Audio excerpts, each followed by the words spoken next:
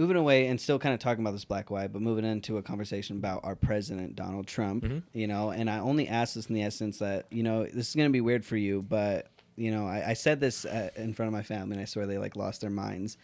And I said that if if Bernie Sanders, because I would personally, as of now, would vote for Bernie Sanders as well. The issue is, as I said, that if Joe Biden didn't win, I would probably vote for Trump.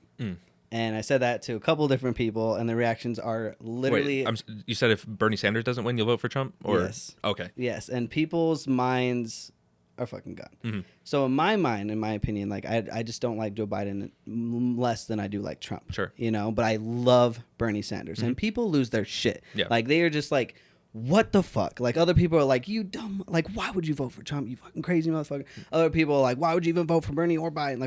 Got Trump's all the way. And I'm just like, bro, this is just how I consume, because in my mind I'm trying to look at these three independent people rather than two Democrats and Republican. I'm trying to see these three independents and trying to vote, and so people lose their minds. But with all that being said, I wanted to kind of take that into Trump and ask you about Trump from your point of view.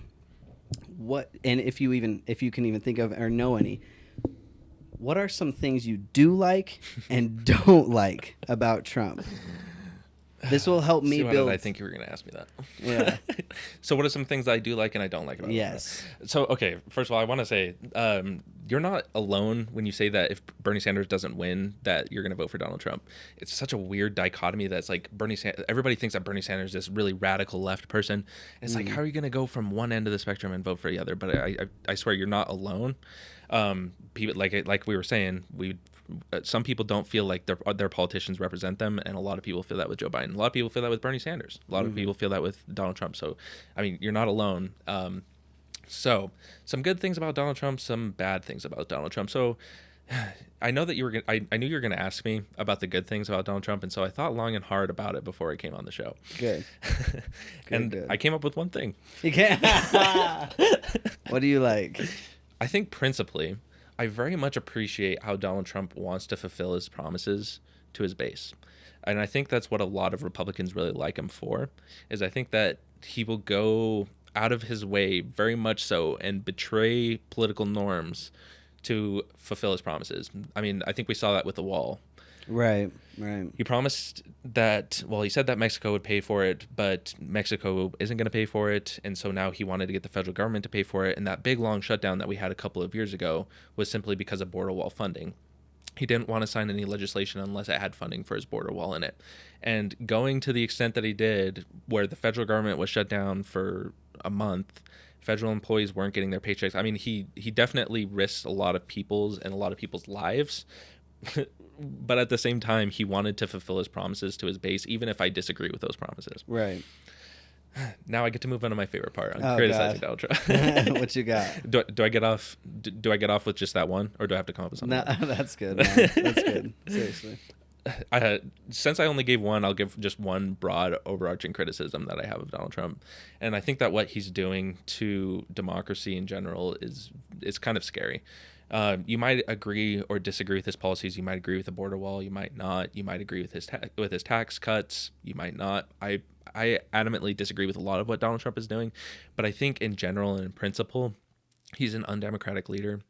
I think that what he did with Ukraine, which is going to be another very controversial topic, a lot of people think that the phone call was perfect, or that there wasn't any quid pro quo with Ukraine. Right.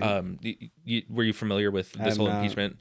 Yeah. Well, I think that what he'll do to stay in power is undemocratic, whether that be trying to get foreign influence in our elections with Russia. Like, he's not doing anything to stop Russia's influence in our election. That was a big thing in 2016. Right. There's bipartisan legislation in Congress right now to prevent voter fraud and voter registration problems, and also Russian interference in our election. It's sitting on Mitch McConnell's desk, and it's not happening. I think that's because his administration wants to stay in power, and he'll accept any outside influence in our election. It's what he tried to do with Ukraine when he tried to get investigations on his political rival. He literally asked China in a press conference. It wasn't in a press conference, but it was on live television. He asked China to Right. influence our election. So he's welcoming outside influence on our election. And I think that the most important and the ultimate sanctuary for democracies is their election. And there has to be a free and a fair election without any foreign influence. Right. Agreed. And when he's inviting other people to come in and influence our elections, I think that's very undemocratic. Not to mention the things that he does to the press, criticizing. I don't get me wrong. I just sat here and criticized the press the whole time, but at Right. the same time, calling them the enemy of the people. That's something that you would hear from, like the president of China, the Right. president of an authoritarian regime, by saying that the press is the enemy of the people. The press is a way that a lot of people receive information about what their government is doing so that they can hold the people accountable. They're in no way the enemy of the people. And so I think that is one of my biggest criticisms for the Trump administration so far is I'm just afraid of what he's doing to American democracy with our elections